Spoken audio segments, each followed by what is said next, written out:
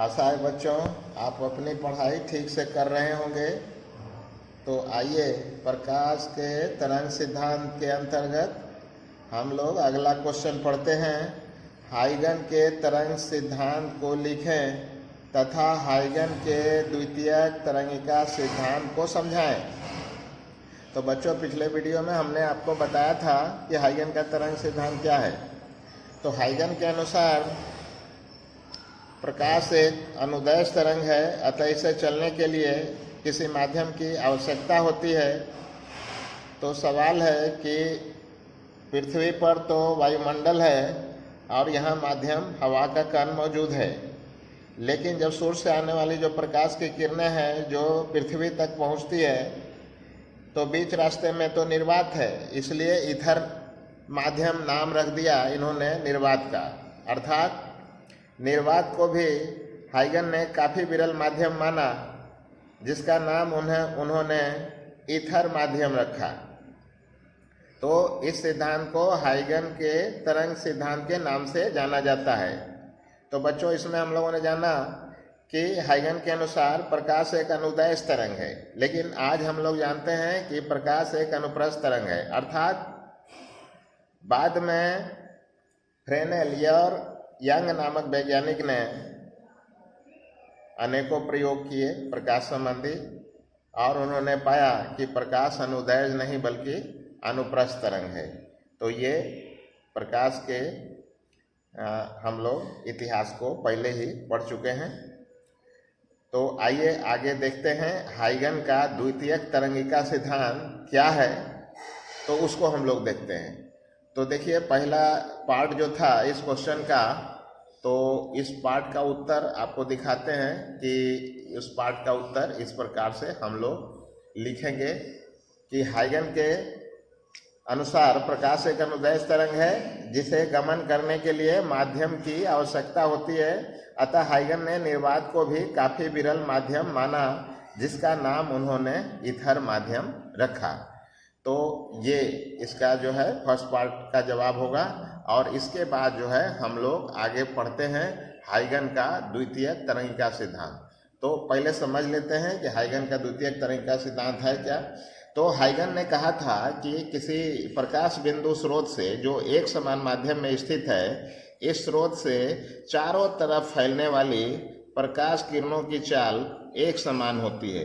अर्थात समान समय में ये समान दूरी तय करते हैं। इस प्रकार से समान समय में ये समान दूरी तय करते हैं, और जो ये स्रोत है इससे समान दूरी पर स्थित जो माध्यम के ईथर कण है उनके दोलन की कला एक समान होती है। अर्थात ये सारे जो कण हैं स्रोत को घेरे हुए हैं, ये प्रकाश ऊर्जा को लेके ये वाइब्रेट करते हैं, अर्थात कंपन करते हैं, और सभी एक साथ कंपन करते हैं।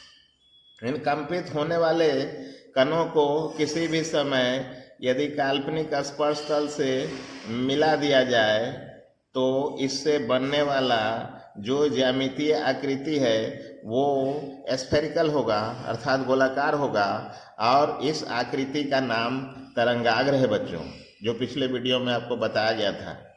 अब इसके बाद देखिए प्रकाश कैसे आगे बढ़ती है। तो हाइगन के अनुसार ये जो ईथर के कण हैं वो प्रकाश की ऊर्जा ग्रहण किए हैं, उसी ऊर्जा से ये वाइब्रेट कर रहा है, कंपन कर रहा है, अतः यह द्वितीयक स्रोत की भांति काम करता है। और यहाँ से छोटी छोटी ये गोल गोल छोटा छोटा गोल गोल ये तरंगिका उत्पन्न होती है। ये जो आप देख रहे हैं गोला, इसका नाम तरंगिका है। अंग्रेजी में इसको वेवलेट्स कहा जाता है। अब इन तरंगिकाओं को किसी समय काल्पनिक स्पर्श तल से किसी भी समय यदि मिला दिया जाए तो इससे बनने वाला पुनः एक ज्यामितीय आकृति गोलाकार हो जाएगी, और इसका पुनः नाम जो है तरंगाग्र होगा। पुनः इस तरंगाग्र पर का प्रत्येक बिंदु एक द्वितीयक स्रोत की भांति काम करेगा। ये मान लीजिए कि ईथर कण है, आगे भी होगा माध्यम में, तो ये प्रकाश ऊर्जा को ग्रहण करके फिर से जो है समान कला में वाइब्रेट करेगा और पुनः यह द्वितीयक स्रोत की भांति काम करेगा, जहाँ से पुनः ये छोटा छोटा जो है तरंगिका वेवलेट्स उत्पन्न करेगा, और किसी भी समय इन तरंगिकाओं को पुनः यदि काल्पनिक स्पर्श तल से मिला दिया जाए तो फिर से एक तरंगाग्र बन जाएगा इस प्रकार से। तो आप देख रहे हैं बच्चों कि प्रत्येक प्राथमिक तरंगाग्र द्वितीयक तरंगाग्र को जन्म देता है और प्रत्येक तरंगिका द्वितीयक तरंगिका को उत्पन्न करती है। इसी प्रकार जो है प्रकाश धीरे धीरे ब्रह्मांड में चारों ओर विस्तारित होने लगती है। तो प्रकाश के गमन संबंधी विस्तार संबंधी जो ये हाइगन का नियम है उसे ही हाइगन का द्वितीयक तरंगिका सिद्धांत कहा जाता है। तो आइए बच्चों अब हम लोग समझते हैं कि इसको लिखा कैसे जाएगा। तो जैसे जैसे हमने बताया है ठीक वैसे वैसे ही लिखना है। फिर एक बार पुनः बोल देते हैं तब आपको लिखा हुआ बताते हैं।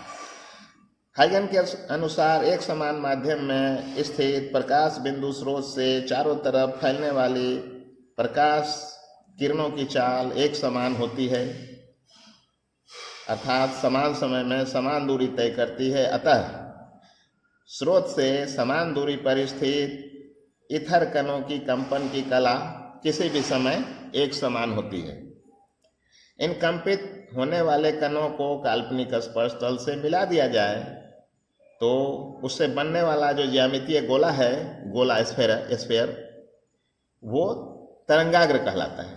और तरंगाग्र पर का जो ये प्रत्येक बिंदु है, जो कण था इथर कण, ये प्रकाश ऊर्जा को लेके पुनः बिंदु स्रोत का काम करने लगता है और छोटी छोटी तरंगिकाएं उत्पन्न करने लगती है। इन तरंगिकाओं को पुनः यदि काल्पनिक स्पर्श तल से मिला दिया जाए तो फिर से एक तरंगाग्र बन जाएगा। पुनः इस तरंगाग्र का प्रत्येक बिंदु द्वितीयक स्रोत की भांति काम करेगा, जहां से पुनः छोटी छोटी तरंगिकाएं उत्पन्न होगी और पुनः इस तरंगिका को मिला दिया जाए काल्पनिक स्पर्श तल से तो फिर से एक गोला बन जाएगा, काल्पनिक गोला, जिसे फिर से तरंगाग्र करें। तो बच्चों देख रहे हैं कि प्रत्येक पहले वाला तरंगाग्र द्वितीयक तरंगाग्र को उत्पन्न करता है और पहले वाली तरंगिका द्वितीयक तरंगिका को उत्पन्न करता है। यह सिलसिला लगातार चलता रहता है और प्रकाश जो है वो आगे की ओर माध्यम में गमन करता रहता है। तो प्रकाश के गमन संबंधी हाइगन का यही सिद्धांत हाइगन का द्वितीयक तरंगिका सिद्धांत कहलाता है। तो बच्चों आशा है इसको आपने समझ लिया होगा। अब दिखाते हैं आपको, इसको लिखेंगे कैसे। तो ये देखिए हाइगन का द्वितीयक तरंगिका सिद्धांत।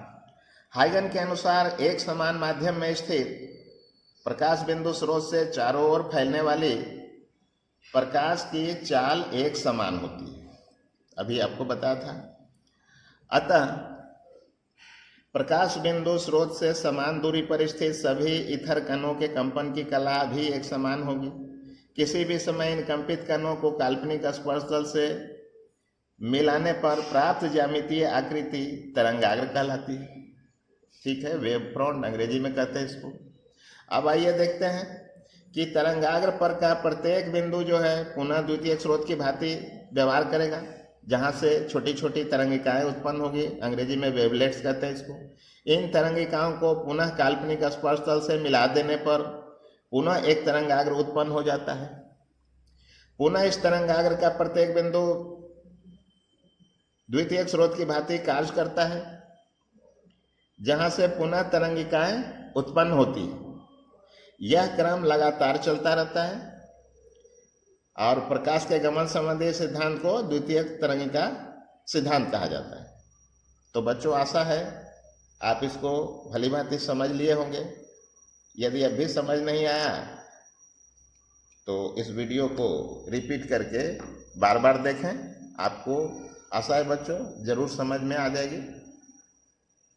तो धन्यवाद बच्चों, अब अगले वीडियो में पुनः मिलते हैं। धन्यवाद।